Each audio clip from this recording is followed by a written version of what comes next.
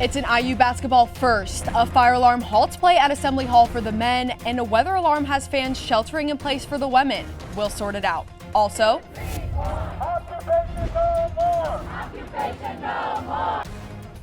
this is the sound of campus discontent.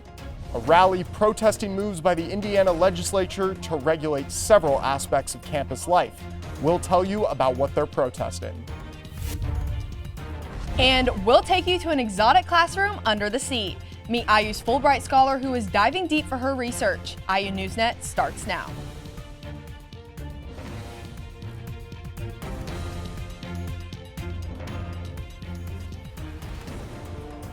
Welcome to IU NewsNet. I'm Emma Herwehe. And I'm Zeke Shapiro.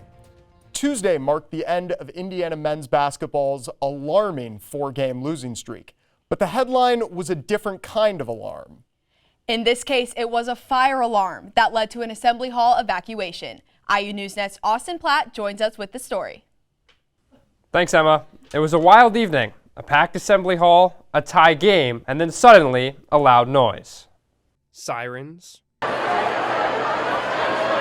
Then announcements. Attention, immediate evacuation. And then a mandate to evacuate. Midway through the second half, just over 10 minutes to go, with IU and Wisconsin tied, everyone in Assembly Hall was suddenly headed for the exit. IU says the fire alarm was triggered in the balcony. The teams were ushered into the tunnel, while the fans endured the ultimate test of the emergency response protocol.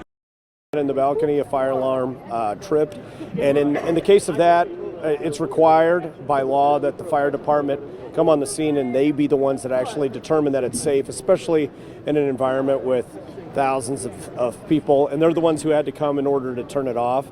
With storms coming, confused fans wonder about whether it was a weather siren or a fire alarm. They stood outside Assembly Hall until the all clear came 10 minutes later. Everybody's like, okay, they're going to start letting them back in.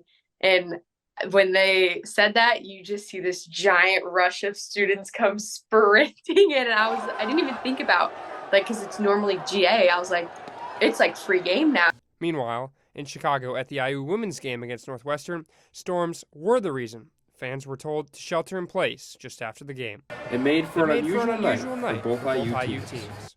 I want to thank our fan base, our crowd, for going through what we all went through and still came back into the game and gave us the support that we needed. It's the first time I've ever been a part of something like that in my career as a player and coach. And those who waited patiently at Assembly Hall were rewarded. The men held on to win 74-70 after quite the bizarre night. Indiana has just one regular season game left at Assembly Hall, Sunday, March 10th versus Michigan State on Senior Day. While some are ready to pull the plug on this season, the triggered fire alarm may have just turned out to be the lucky charm. The women won their game as well. Emma, back to you. It's a season of discontent on the IU campus regarding several issues involving political control over university policies. It culminated in an unusual rally this week.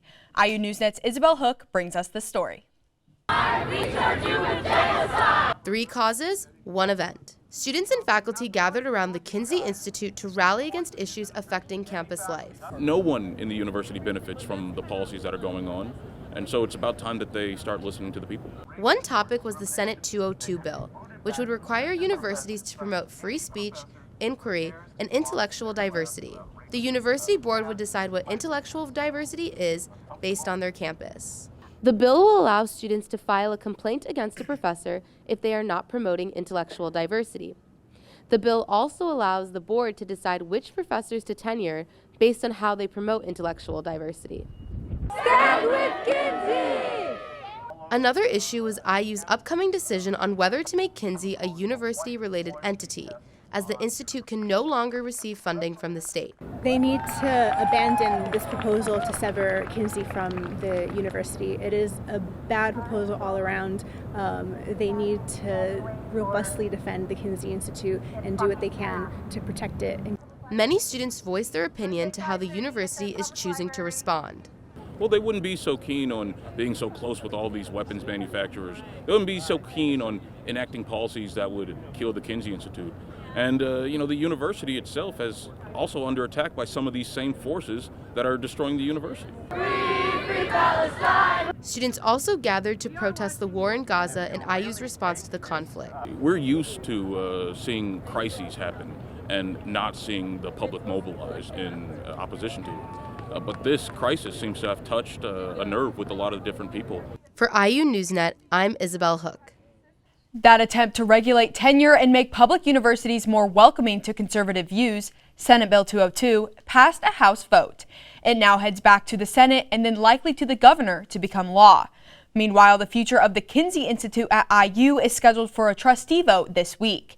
And in a late development, an IU faculty and staff group is asking IU President Pamela Whitten to take further steps to address what they call an upsurge in anti-Semitism on campus. Campus tension surrounding the Israel-Palestine conflict is escalating. A records request by the Indiana Daily Student reveals correspondence about it between IU President Pamela Whitten and state leaders. In November, State Representative Jim Banks sent a letter to President Whitten warning that a lack of response to reports of anti-Semitism on campus could cost the university federal funding. Whitten wrote back to Banks outlining the university's actions, including meetings with the Anti-Semitism Advisory Board, an increase in police presence, and the number of reports of anti-Semitism in the month prior. Shortly after responding to Banks' letter, the university suspended the faculty advisor for a pro-Palestinian student group and canceled a campus exhibit by a Palestinian artist. Some university faculty say these acts are a threat to free speech on campus. The pressure is real. I also think that self-respecting university administrators who are serious about being the leaders of academic institutions of higher education will resist these pressures.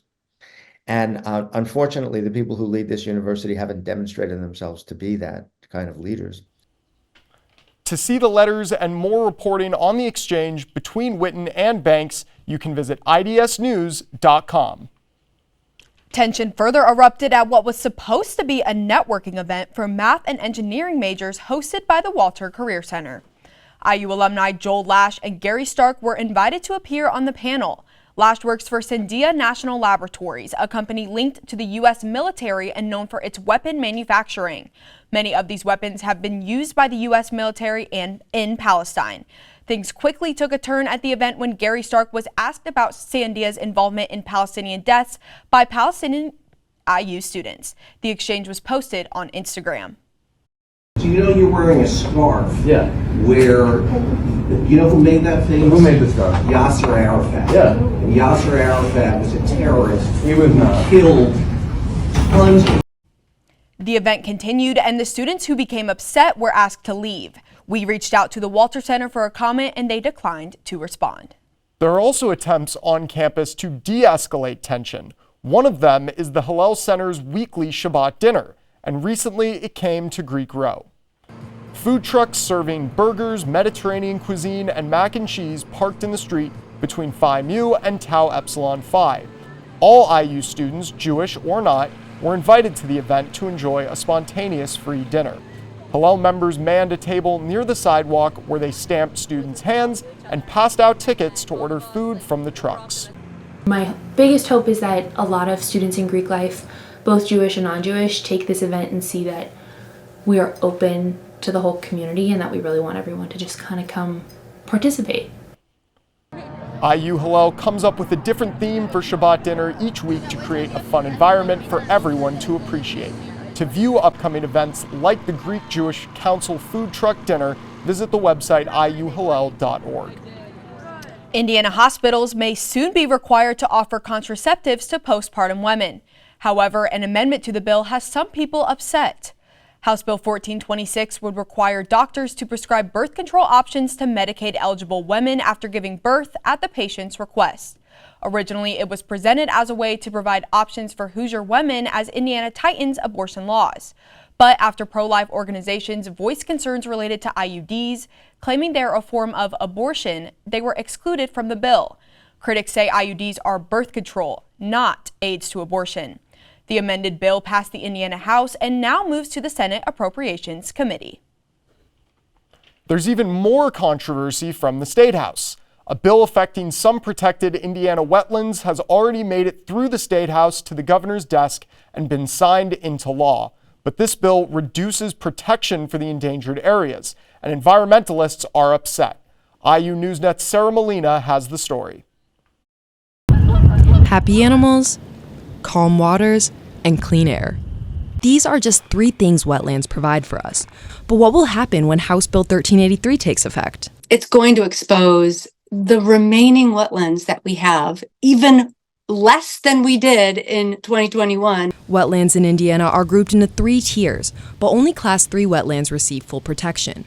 The bill will expose some already protected Class 3 wetlands, and although developers say the new bill will hardly impact protected ecosystems, passionate Hoosiers disagree. There are viewpoints that see only how you can develop something and make money out of it. You don't have to take the wetlands. It's the developers that want the wetlands. Developers say that the bill is about affordable housing, but Senator Yoder says the homes that will replace wetland preserves will likely be above the affordable housing threshold. And while houses can be built anywhere, it's difficult to recreate wetlands. They protect us from floods, from droughts. They help recharge our groundwater. But that's not all they do. While wetlands are well known for the ways that they help wildlife, what many people don't know is that these preserves can also help purify our drinking water. By naturally filtering nutrients and blocking pollutants, with a little bit more filtering, this can be your next glass of water. Cheers! But it can be difficult to raise our glasses knowing that these environment-boosting, life-giving preserves are under attack. Because at the end of the day, they're part of our world. They were part of the worlds of people who lived here thousands of years ago. And for a lot of environmentalists, it feels to most like a real punch to the stomach. The bill goes into effect on July 1st, but the fight for protection is far from over. From natural resources to what you might call unnatural resources. In this case, we're talking robots programmed to make life easier for humans. IU NewsNet's Caroline Geib joins us with that story. Caroline? Thanks. The Luddy School is doing some research on how to help people struggling with age-related problems, and they're using AI and a couple robots to do it. I'm Iris, a friendly social interaction robot. Meet QT and Iris, 2 robots being programmed to soon make their way into homes for older adults, specifically to help patients with dementia. Through conversation with QT and Iris, older adults are prompted to reflect on and improve their ikigai, a Japanese concept meaning reason or purpose for life. I think as people age, often, things in our lives change. Some people that we've had around for a long time may not be there any longer. Our health condition may change. And so things that give us a sense of purpose may also shift. 2 Luddy professors and their students are partnering with the Toyota Research Institute on this project. This team works with volunteers from local assisted living facilities, including the Endright Center and Jill's House. We all have busy schedules. It was really nice talking to you. Would you like to hear a summary of our interaction? These volunteers visit the Luddy Center of AI once a month to provide help and feedback to improve QT and Iris. But that help works both ways. A process where, we take stuff and it doesn't work and everybody laughs, and then we, try to fix it, we take it again, it doesn't work again, everybody laughs some more. This process is benefiting not only the researchers and older adults in the future, it is making a meaningful difference to the volunteers right now. Project. We really want to help both the students and people in the future. So sounds like a kind of a good thing to do with your time. The team is set to continue their research to ensure that QT and Iris work consistently before finding these 2 robots their forever home. Emma, now back to you. Today is Rare Disease Day, which is dedicated to people suffering from diseases that some of us have never heard of, and many which have no cure. 8-year-old Robert Weiss lives with Morquio syndrome, a rare genetic condition that affects his bones, organs, neck, and physical abilities. Since Robert turned 2, he has gone through numerous surgeries, including a total hip and leg reconstruction, where he had to learn to walk again. His disease has no cure, and it is progressive. Hundreds of thousands of people suffer from rare diseases, and this day is about awareness and compassion. Still to come on IU NewsNet, it's called the Death Cafe, but it's not as dark as it sounds. It's a gathering here in Bloomington, and we'll take you there. Plus, looking for some extra positivity, we'll show you how these movers and shakers are using this week to help tune you to your body. You're watching IU NewsNet.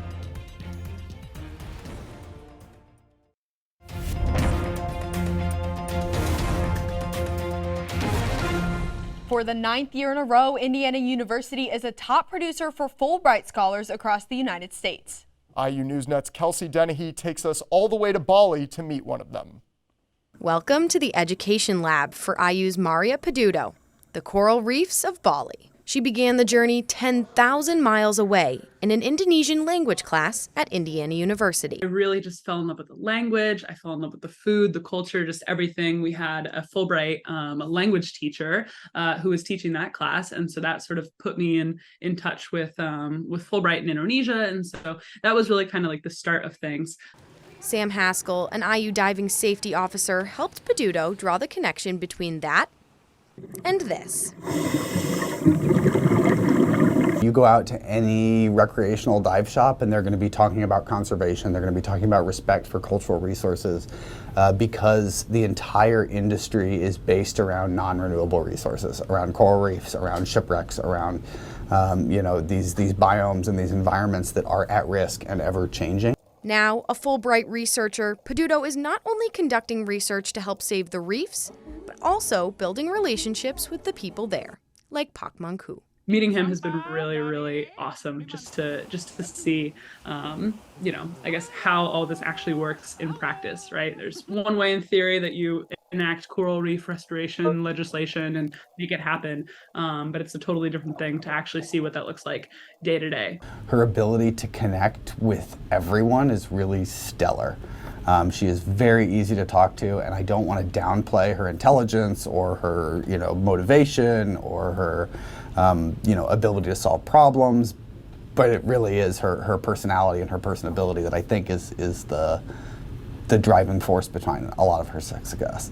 Success that just may be her ultimate Fulbright oyster. My work is humanities focused and really focused on people. She is the kind of person that you want to put in front of audiences and put with people that are decision makers, because I think she genuinely has an ability to connect with people and disseminate information in a way that's unique. For IU NewsNet, I'm Kelsey Dennehy. Black History Month may be coming to a close, but the Lilly Library is opening up a brand new exhibit focused on Black culture in America. The curators have been working for years on a new collection of African-American pop culture pieces. The Lilly Library has collected more than 400 books, magazines, posters, and newspapers celebrating Black culture. They say an exhibit like this is long overdue. The library hopes the collection exceeds 1,000 pieces by the end of next year. Social media can put unrealistic expectations on college students for physical beauty. That is why this week Indiana University is celebrating every body at both student recreational centers. The special celebration promotes a healthy body image and focuses on students' inner beauty. Their strength, grace, and love for their bodies are what matters. CEBW is hosting an extra dose of positivity with numerous events each day. They vary from hip-hop line dancing, a bouquet bar, and a self-defense workshop to promote mental health fulfillment. Having a chance to talk to participants and hear their stories and their struggles, and then how that this week kind of makes them feel seen across campus has been fantastic to see. To learn more information about the celebratory events this week, go to recsports.indiana.edu. Here in Bloomington, there's a place to get a cup of tea with a side of existentialism.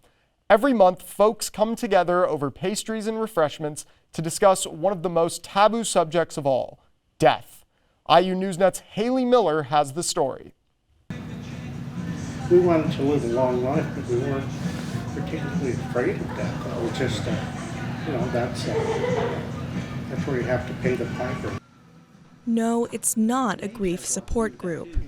You're looking at the Bloomington Death Cafe, a gathering that brings together people of different cultures, ages, and beliefs to have an open conversation about death. Death in our culture is squirreled away and hidden anyway, at nursing homes or wherever, hospitals. And so this is a way to bring it out. We don't need to be fearful to talk about it. Cultures before us were never fearful to talk about it. Hospice chaplain Rick Clayton leads the group. He said the Deaf Cafe allows people to talk through a taboo subject without fear or stigma holding them back. The group meets at Morgenstern's Books. Since its beginning, the Deaf Cafe has grown rapidly from 4 participants to 40. People attend the Deaf Cafe for different reasons, but many people are looking for answers and meaning in the midst of pain. I kind of wanted to hear what other people had to say, trying to make it better for me and for my kids. Though it is not a religious group, Clayton said participants sometimes discuss the afterlife. That's because there's no set agenda for the meeting. The only requirement for entry is an open mind. I always tell people, check your ideologies at the door just for an hour, and you can pick them up when you come back. But just be honest about what you think about it, what you struggle about with it. To learn more about the Deaf Cafe movement around the world, visit deafcafe.com. A good week for women's and men's basketball, and swim and dive makes a splash with a comeback. And a new empire is forming in Assembly Hall. We'll go inside the frenzy for IU women's basketball and the crowds they're bringing in. IU NewsNet Sports is coming up next.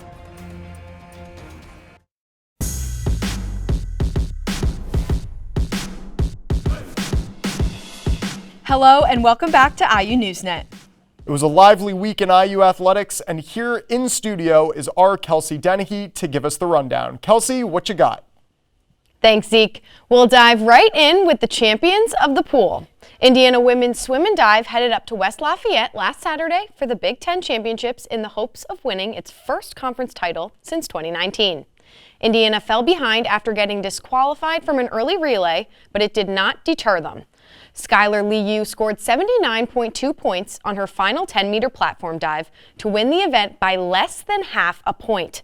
The comeback was capped off by the 400 freestyle relay team, edging out Ohio State to win the championship by just that half a point. Following their biggest win yet, Indiana women's basketball traveled to Northwestern, where they took care of business 84-64. Mackenzie Holmes collected 28 points, surpassing Steve Alford as the second all-time leading scorer. A 16-0 run in the third put the final seal on the win. Additional points from Sarah Scalia and a double-double by Sydney Parrish made for a dominant performance.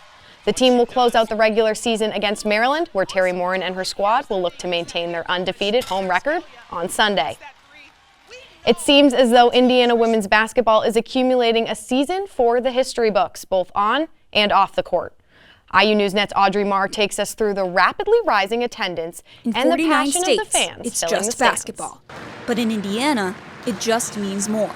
It's almost magical. 17,222 people filled the seats of Simon Scott Assembly Hall last Thursday as the women's team beat the number 4 team in the nation. And that was a crowd that was there for Caitlin Clark, of course, but really for Indiana and the players on this team. They knew the stakes of the game, and it was a really special environment. This season, near sold-out crowds are becoming a new normal for Indiana women's basketball. And not only has it had a massive impact on the sport, but it is proving to be the team's sixth man. The adrenaline you just get from the noise and the fans in Assembly Hall, I can't really explain the feeling. It's really incredible. The adrenaline that helps any athlete perform at their best. And for Hoosier fans, it all starts from right here. I think it all starts with the players. They really play with all of their emotion, and when they're playing passionate, it's so easy for us fans to really get into it. But it was just a couple of years ago where fan attendance was close to this. I've been a women's basketball fan since the days of 500 to 1,000, but it's just been really fun to see not just the attendance, but just the excitement in the community, the greater community, because people are coming from all kinds of places to see women's basketball in person.